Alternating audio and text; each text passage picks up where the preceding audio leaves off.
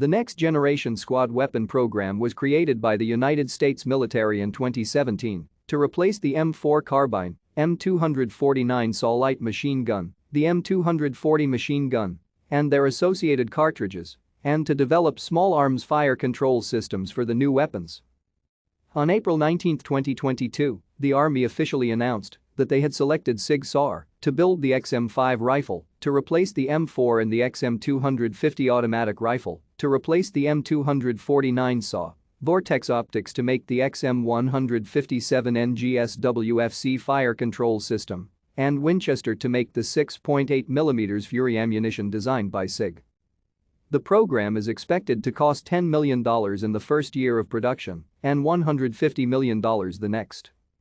The NGSW program began in 2017 after the U.S. Congress began testing the M4 and the 5.56 x 45mm NATO round for modern-day effectiveness. They concluded that the M4 carbine was still favored by troops and also performed well under stress.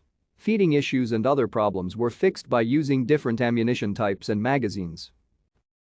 Thank you for watching. Like and subscribe if you would like to view more of our videos. Have a nice day.